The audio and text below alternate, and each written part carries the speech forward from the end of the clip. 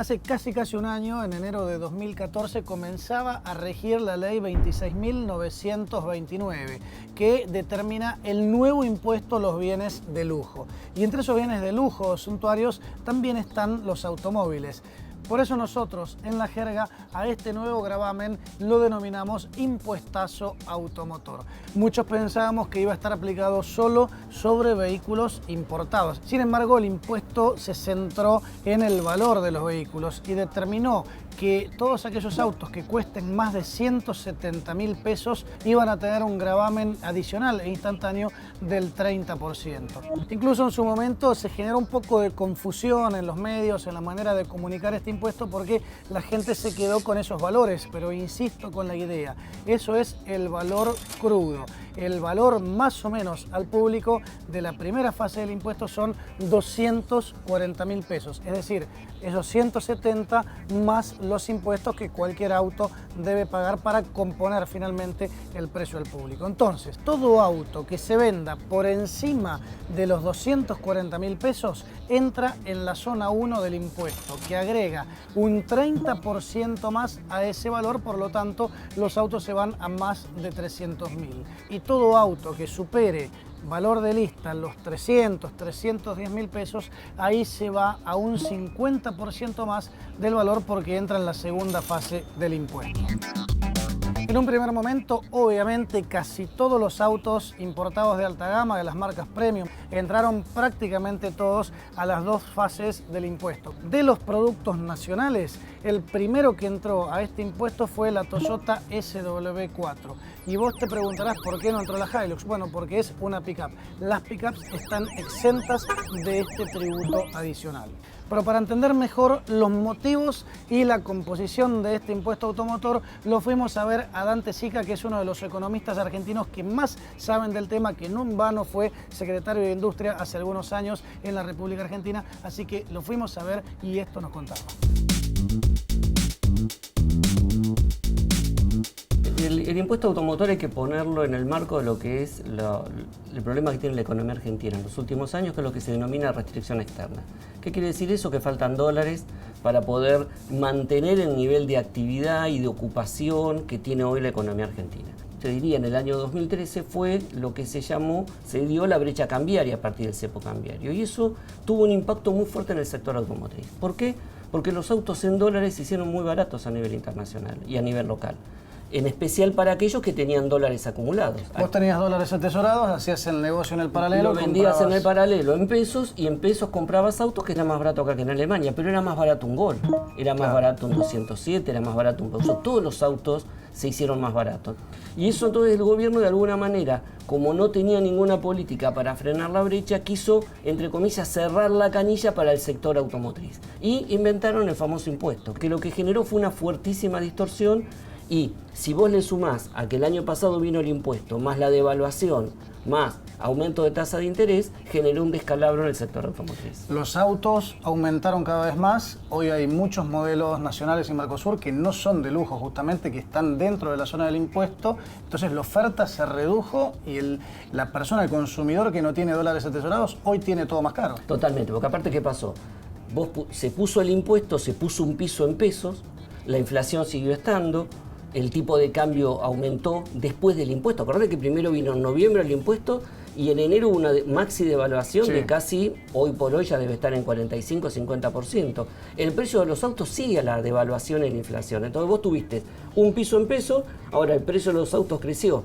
Modelos que el año pasado no estaban alcanzados, hoy están alcanzados. Hoy tenés casi, yo te diría, 82 modelos de fabricación nacional que ya están en el límite para ser alcanzados con el impuesto, con lo cual te va a pasar que la idea era, con el impuesto se quería frenar los autos de extra zona, o sea, los que vos importabas, y hoy estás alcanzando modelos de producción nacional.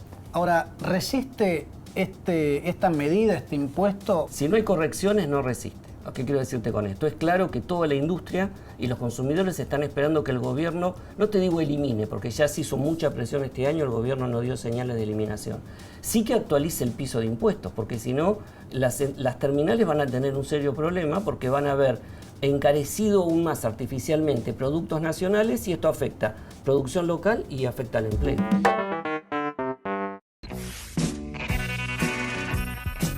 Ahora estoy saliendo a recorrer algunos concesionarios, voy a tratar de ir a todas las marcas porque no siempre los precios de lista que se anuncian coinciden con el precio que finalmente el auto se vende al público. Hay algunas diferencias, sobre todo en los modelos que están afectados por el impuesto. Por efectos de la inflación, del aumento de los costos, de la devaluación del mes de enero, etcétera, los autos fueron aumentando y los que estaban al límite pasaron, es decir, la barrera del impuesto, y hoy cuestan mucho más. Por ejemplo, entró el Renault Fluence en versión GT, que se produce aquí en la Argentina. También entró el Citroën C4 Lounge, que se hace en el Palomar, pasando de 240.000 a 354.000 pesos. Y ojo que estamos hablando de autos que no son de lujo ni de alta gama, son autos del segmento medio. Sin embargo, las más afectadas son aquellas marcas que no tienen fábrica, aquellos importadores particulares que justamente hacen eso, traen autos de afuera y los venden en el mercado interno. Una de ellas es Hyundai, y para entender mejor cómo vive esta situación una marca como Hyundai, lo fuimos a ver a su vicepresidente, el señor Ernesto Caviccioli. En sí, lo que ha provocado este impuesto es la desaparición de segmentos.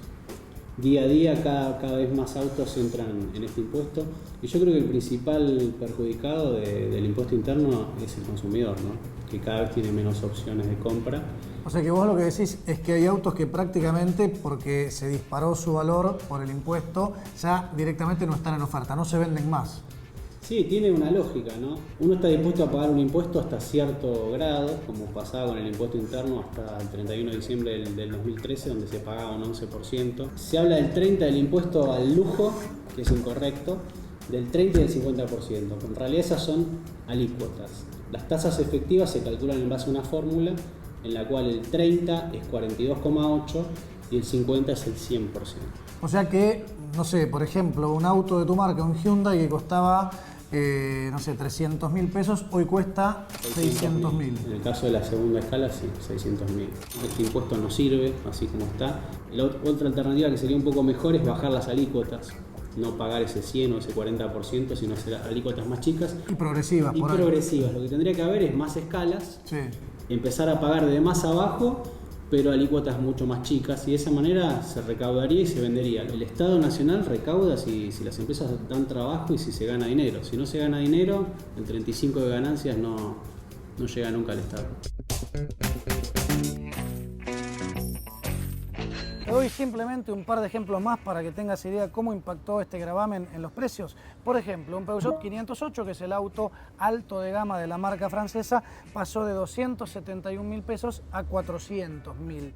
En cambio, la CR-V, por ejemplo, pasó de 232 a 382.000, aumentó un 64%, o un Audi A3 100% directamente. Y a su vez, esto hace, por la falta de oferta, que se encarezcan los de las gamas inferiores, como por ejemplo el Peugeot 208, un 54% más, el Renault Clio Mio, 47% más. O sea que todo el mercado ha incrementado sus valores a la par de la inflación, y hay una menor oferta de versiones porque, insisto con esto, hay muchos autos y versiones full que ya no se venden.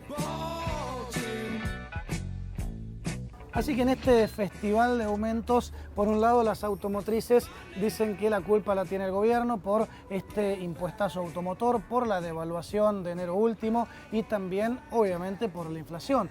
Y en la vereda de enfrente el gobierno aduce que los aumentos se producen por abusos y movidas especulativas de las terminales automotrices y también de los concesionarios. En definitiva, uno puede adherir a una corriente o a la otra, pero como decía el general, la única verdad es la realidad. Tenemos un mercado en baja, casi un 30% menos que el año pasado, los autos están cada vez más caros y, como siempre, el que termina perdiendo es el consumidor.